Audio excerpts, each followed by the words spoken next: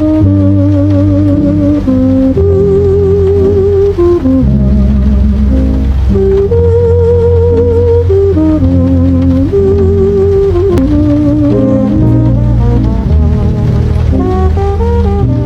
are moments in history when an entire civilization hangs by a thread. Moments when kingdoms fall, when cities burn, when people begin to believe that darkness has won. This was one of those moments. The year is around 1235. Across the western savanna of Africa, fear has a name, not famine, not plague. A man, Somaro Kante, king of the Soso kingdom. To some, he was a military genius, to others, a tyrant. But in the ancient Mande oral traditions passed down by griots for centuries, he was something more, a figure wrapped in mystery, supernatural power, and shadow. Kingdom after kingdom fell before him. Villages emptied, families fled lands their ancestors had worked for generations. Hope itself was disappearing like smoke on the wind. No one believed Somaro could be defeated. No one, except a young prince, who, according to epic that has been sung for over 800 years, had once been unable to stand. His name was Sundiata Keita. Long before Sundiata was born, his story had already begun. Two mysterious hunters arrived at the court of Megan Komfata, ruler of Madinka kingdom of Niani. They had not come for gold or food. They came carrying a prophecy that would echo through time. A woman will come to you. Many in your court will mock her.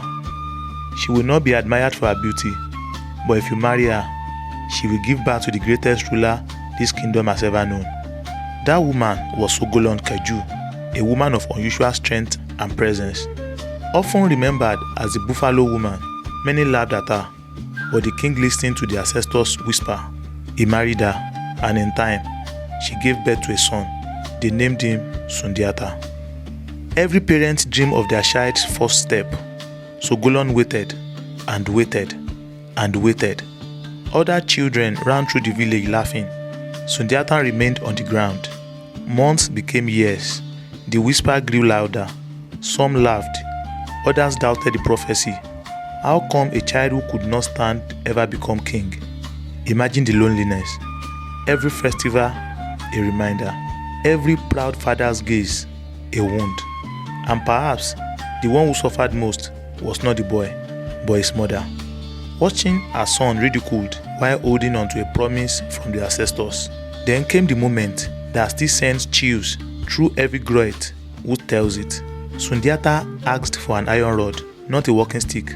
An iron rod. Those around him were confused. What could a boy who could not stand do with that? They brought it anyway. He gripped the iron. His arms trembled. His body shook. Every muscle cried out. The rod bent beneath his weight, but he did not let go.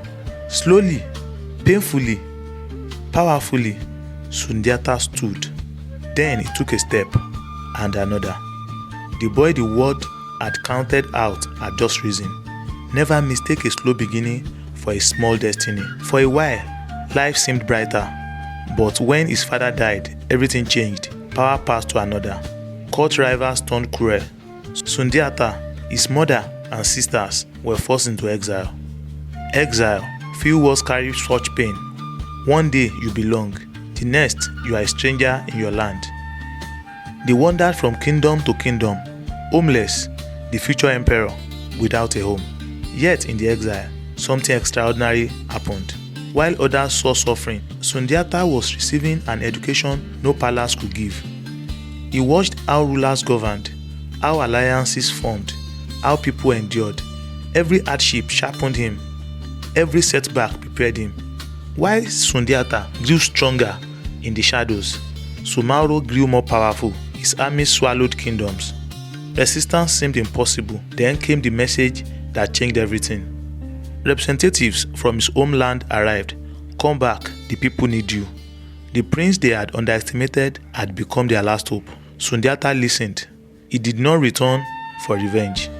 He returned because his people called, and he did not return alone. He built a mighty coalition, kings, warriors, chiefs, ordinary people who had suffered under Somaro, different people, different tongue, united by one dream, freedom. The stage was set on the plains of Kirina. Two visions of power faced each other. One side, Somaro and his feared army. On the other, Sundiata, the boy who once could not walk, now standing at the head of a new future. The battle was fierce. Courage met sorcery. Unity met tyranny. When the dust settled, Sundiata had won. Somaro's reign of fear ended. From the victory rose the Mali Empire. Sundiata became Mansa. He did not rule by fear alone. He united fractured people. He revived trade. He planted justice. He gathered leaders and established principles of governance, dignity, and shared responsibility.